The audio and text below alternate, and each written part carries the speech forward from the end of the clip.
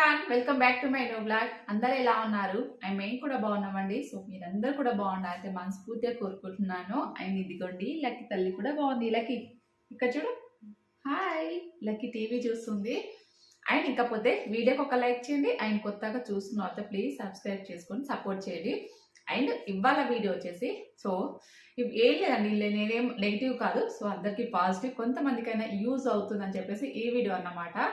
And ఇంకా so ఇంతకీ ఏంటిదంటే రైతా ఆ పాపని ఏ హాస్పిటల్లో చూపించారు, డాక్టర్స్ ఏ డాక్టర్ దగ్గర చూపించారు, డాక్టర్స్ ఏమన్నారు, అసలు ప్రాబ్లం ఏంటిది అని చెప్పేసి చాలా మంది ఇంకా కన్ఫర్మ్ చేసుకోలేకపోతున్నారు. సో ఏం లేదు, నేను ఇక్కడ నెగిటివ్ గురించి ఏం చెప్పట్లేదు, పాజిటివ్ వేలోనే చెప్తున్నాను. సో కొంతమందికైనా యూజ్ అవుతుంది, వాళ్ళు కూడా కొంచెం ఫర్దర్గా ఏదైనా స్టెప్ తీసుకుంటారు అని చెప్పేసి ఈ వీడియో అన్నమాట.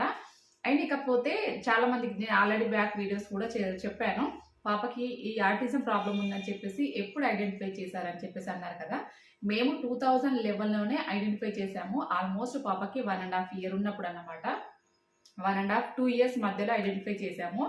సో చాలా మంది అదే ఫస్ట్ ఏ హాస్పిటల్లో చూపించారు, మీకు సిమ్టమ్స్ ఎలా ఐడెంటిఫై చేశారని చెప్పేసి అన్నారు కదా.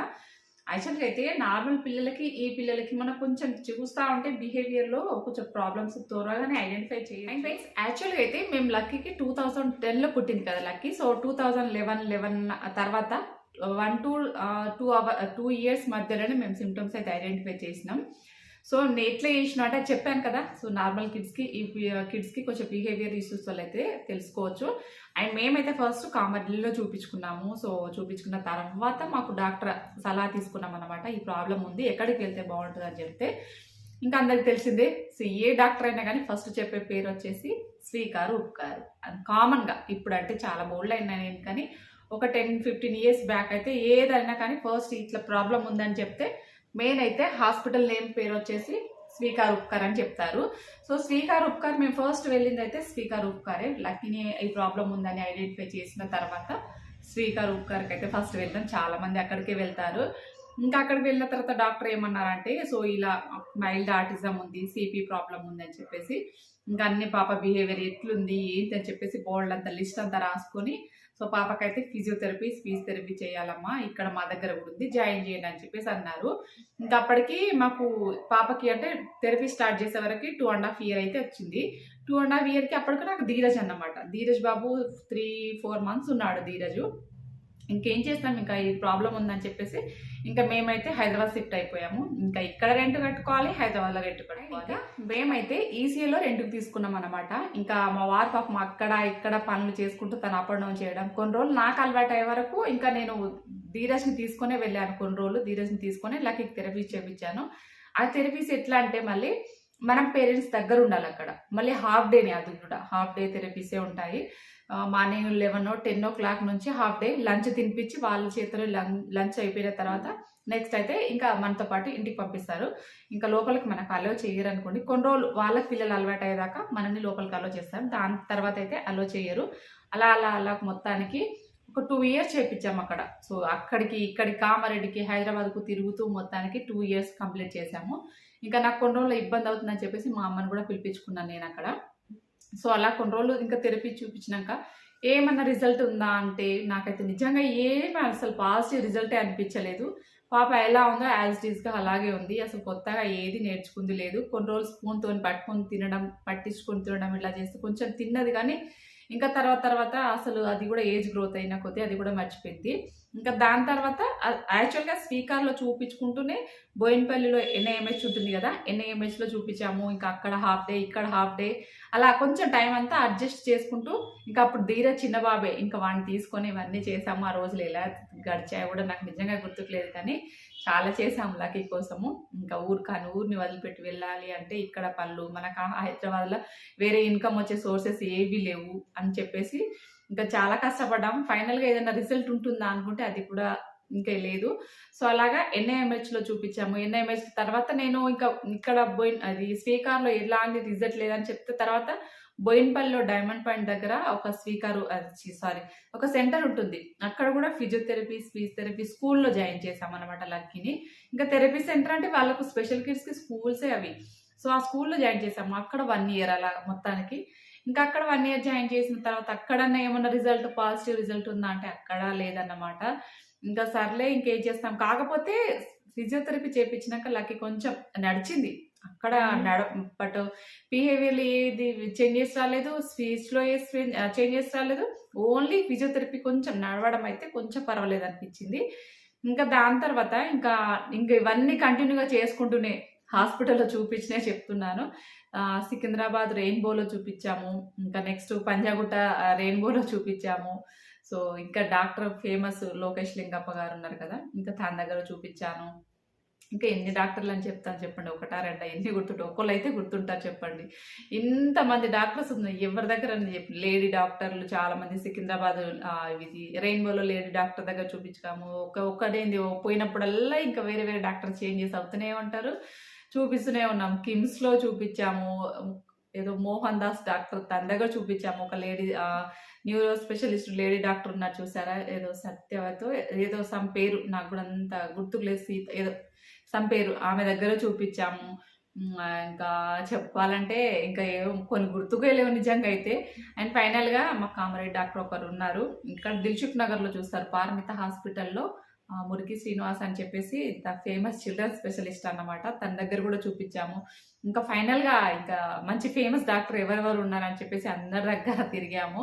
ఇంకా ఒకటే అన్నారన్నమాట. కొంతమంది డాక్టర్ అయితే ఫేస్ పైనే చెప్తారు. ఇంకొంతమంది అయితే పర్లేదమ్మా మన వంతు ప్రయత్నం మనం చేద్దాము.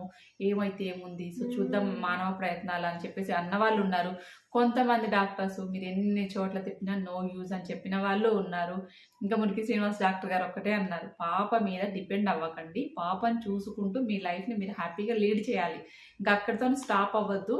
మీ హ్యాపీనెస్ మీరు చూసుకుంటూ పాపని చూసుకోవాలి. ఇంకా పాప క్యూర్ అవుతదని హోప్స్ అయితే పెట్టుకోకండి అని చెప్పేసి అన్నారు.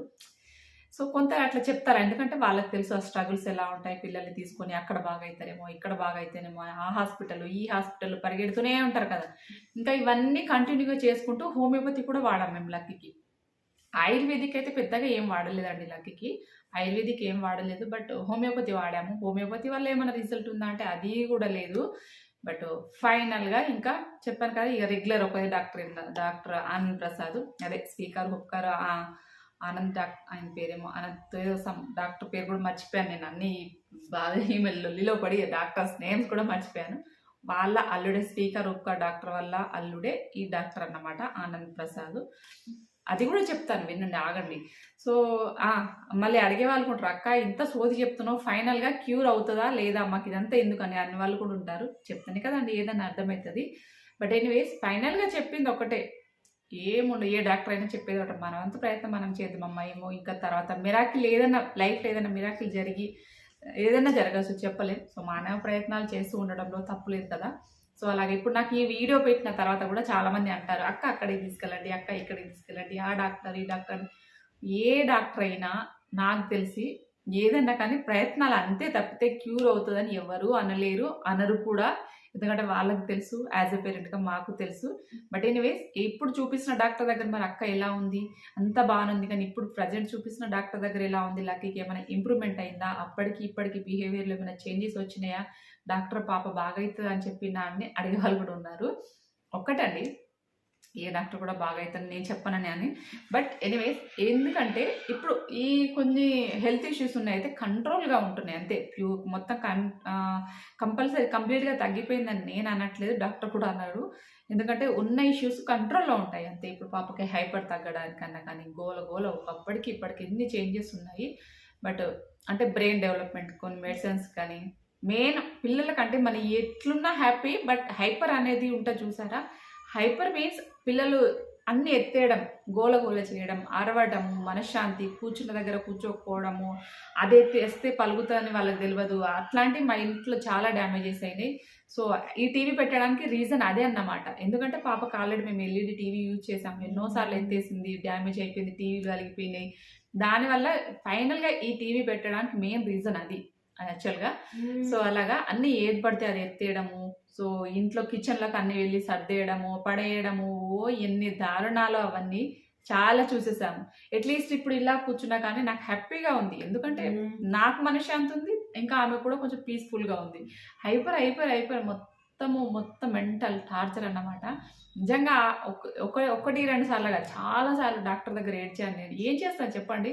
ఇంకా దేవుడి దగ్గర చెప్పినా ఏ బాధ అయినా దేవుడు తీర్చేలా లేరు. ఎవరి దగ్గర ఏడ్చినా కానీ ఇప్పుడు మనల్ని చూసి నవ్వుతారు అంతే. ఇంకా నేను నిజంగా కొన్ని సార్లు డాక్టర్ దగ్గర అయితే నిజంగా ఏడ్చేశాను. ఏంటి సార్ ఈ పాపకు మనశ్శాంతి లేదు, మాకు మనశ్శాంతి లేదు, ఏమన్నా చేయండి సార్, ఏమన్నా చేయండి, ఎట్లా తగ్గుతుందో ఏదన్నా చేయండి సార్ అని చెప్పి బోల్డన్ని సార్లు ఏడ్చిన నేనైతే నిజంగా డాక్టర్ దగ్గర.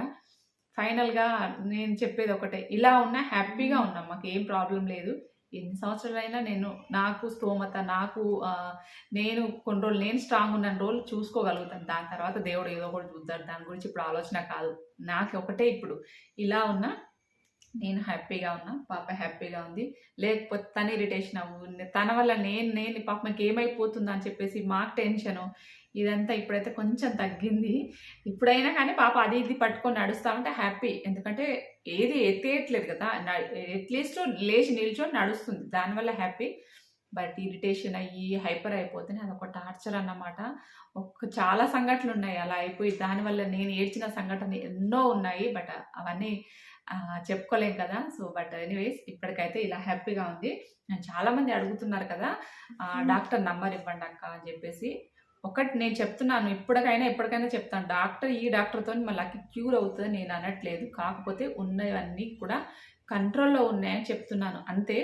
సో డాక్టర్ నంబర్ అయితే నేను పైన ఇస్తాను. అవసరం ఉన్న వాళ్ళైతే కాంటాక్ట్ అవ్వండి. డాక్టర్ ఏ హాస్పిటల్లో చూస్తారక్క అని చెప్తే, వాళ్ళు హాస్పిటల్ అని కాదు, ఒక 3 చోట్ల చూస్తారు.